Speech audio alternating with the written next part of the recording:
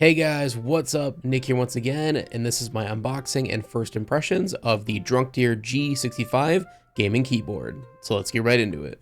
Now, this gaming keyboard is not out at the moment. However, starting on August 25th, which is pretty much by the time you're seeing this video already happening, it'll be starting up a crowdfunding Kickstarter on Kickstarter.com. I'll have a link in the description if you want to go check it out, show them some love, and maybe get your hands on this early before anybody else.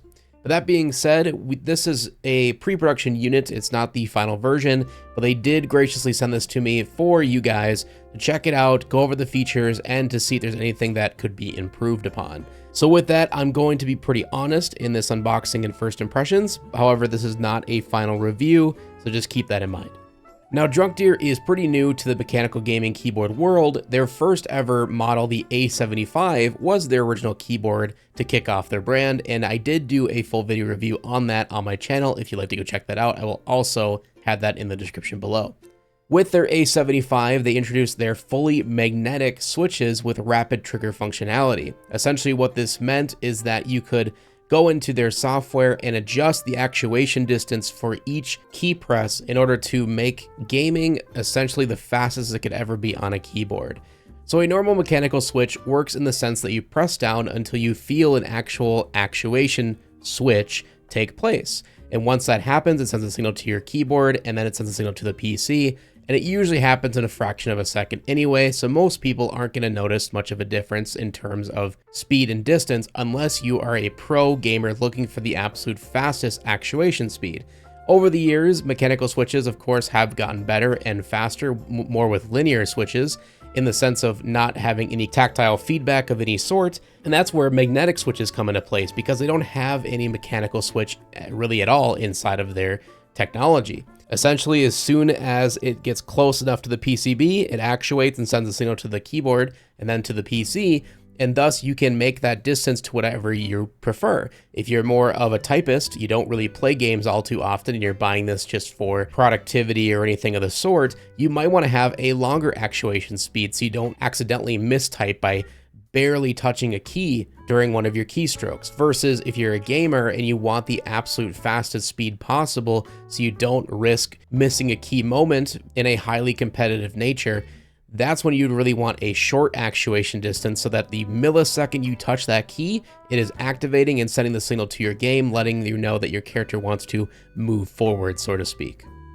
It's a very cool technology, and from my testing with the A75, it worked really well, and you could definitely tell the difference between the longest distance with the speed of actuation versus the shortest distance with these magnetic switches. They truly do make a difference. But going to the G65 that we have here, this is a 65% wired gaming keyboard. There's no wireless functionality this time around, no Bluetooth or anything like that. But it is extremely compact, it's very light, and I like that it's a very minimal design. There's honestly not even any branding on it that kind of dictates this is a DrunkDeer keyboard, unless you move to the back and look at the little text plate that states what kind of keyboard this is. But I like that. It doesn't show or scream in your face, hey, this is a new company that's trying out a new thing. Nope, it just looks like a standard mechanical keyboard. The one thing is, though, I do wish it did still have a multimedia volume knob that we got with the A75. That was pretty cool to see, but honestly, I understand why it's not here. Again, to keep that super compact and minimalist design, I understand why they had to remove it, but still kind of a bummer that it's missing. Going to the sides, absolutely nothing to see here. And then even on the back, the only thing we have is the USB-C port, which is on the far left. I do kind of wish there was another port on the far right, just in case somebody wanted to customize the way they look on their desk, but it is what it is. At least it is USB-C and not some old technology like USB micro or mini or whatever. Going to the back, we do have 4 rubberized feet. However, this time around, we do not have any type of adjustable feet to say or speak of. It is really weird. I don't know why they didn't give us any type of adjustable feet. So you get what you get. If you don't like the angle at which the keyboard sits by default, you're kind of out of luck, sadly. So yeah, it's kind of a bummer. They really should definitely go back to the drawing board there and include some type of way to adjust the feet to your liking. However, the one thing that is really cool is that the feet do have very nice shock absorption while typing, and you can see this very clearly. If you press down on the keyboard while it's sitting on your desk, it does flex back and forth in a good way. It's not a cheaply made way. This is by design to absorb any type of shock or rattle while you're typing very fast or if you're in the middle of a game. This also does help with the new improved dampening structure and features to help stabilize the typing experience. It is a plastic casing that houses the entire keyboard together, but it does truly feel premium and pretty sturdy. I was actually pretty pleasantly surprised that at first glance, I'm like, wait, this is actually plastic? Because it does feel very high quality. It's not a cheap, chintzy plastic. Yes, it does make it lighter to hold and lighter for travel, which is nice, but it also doesn't really skimp out on the durability or on its structure.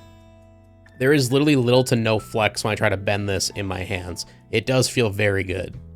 Now moving from their A75 to this new G65, they replaced the old ABS keycaps with high quality PBT keycaps this time around. They replaced the internal sound dampening foam with a solid silicone this time and added PCB stabilizers to the spacebar, further enhancing the sound and typing experience.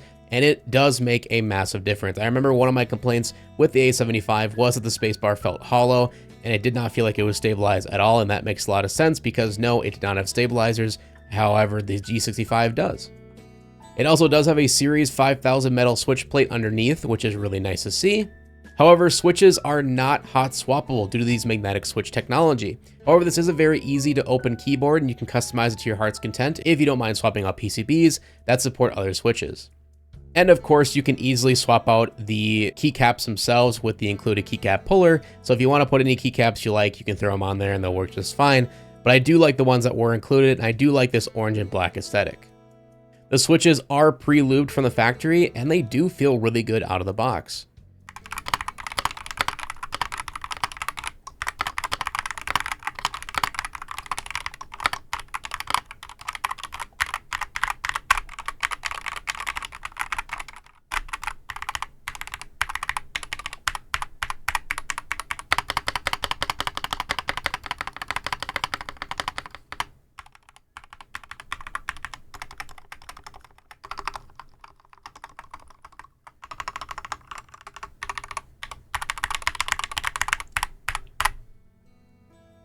My only issue with the typing experience is that the plastic case kind of gives it a sort of hollow sound signature, for lack of a better word. I am more of a silent linear switch fan, and these do give the appearance and sound of a clicky switch. However, they do have the feeling of a linear switch due to that magnetic switch technology.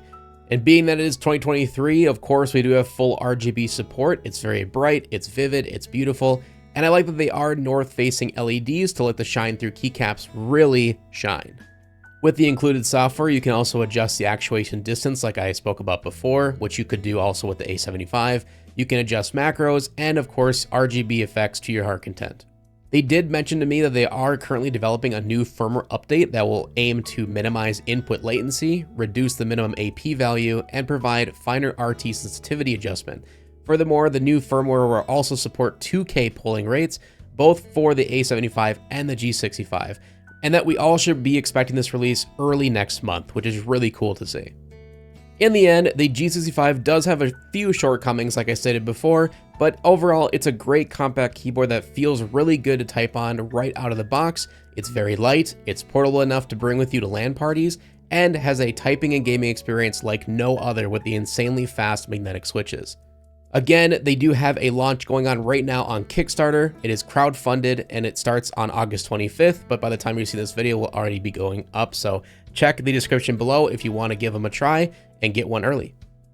So this was my full unboxing and first impressions of the G65 from DrunkDeer. I wanted to say thank you again to DrunkDeer for sending me this review unit to test out for you guys for this video. And if you like these type of videos and you want to see more keyboard reviews, unboxings, you name it, make sure to leave a like to show your support as always and subscribe so you don't miss the next one. And we'll hopefully see you in the next one. Peace out.